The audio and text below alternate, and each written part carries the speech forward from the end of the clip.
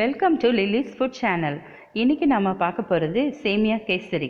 வாங்க எப்படி செய்யலான்னு பார்க்கலாம்.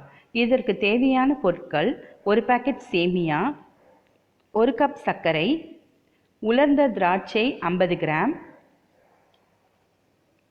முந்திரி பருப்பு 100 கிராம், சிறிதளவு கேசரி பவுடர், தேவையான அளவு எண்ணெய். இப்போது ஒரு கடாய் வச்சுட்டு அது நல்லா சூடான பிறகு அதில் எண்ணெயை ஊற்றிட்டு முந்திரி பருப்பை போட்டுக்கலாம். அது நல்லா வறுத்துக்கலாம்.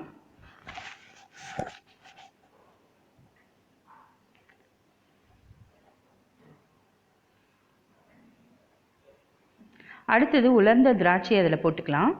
அதுக்கப்புறம் சேமியாவை போட்டு அதில் நல்லா வறுத்துக்கலாம்.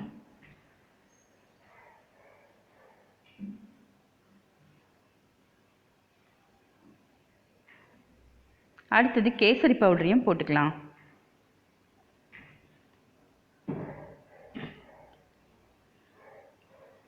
இது நல்லா வறுத்த பிறகு சுட தண்ணி 2 டம்ளர் சுட தண்ணி இதில் ஊற்றிக்கலாம்.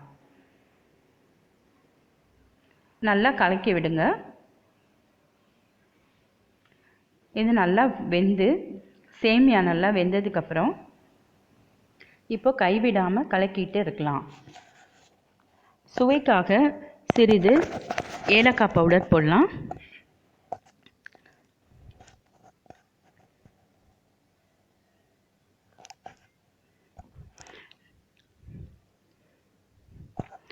இன்னும் கொஞ்ச நேரத்தில் சேமியா வெந்துடும். வெந்ததுக்கப்புறம் இப்போது சர்க்கரையை எடுத்து வச்சுருக்க சர்க்கரையை அதில் போட்டு நல்லா மிக்ஸ் பண்ணிக்கலாம். இப்போது நல்லா திக்காயிடுச்சு. இப்போ சுவைக்காக சிறிதளவு நெய்யை அதில் ஊற்றிக்கலாம்.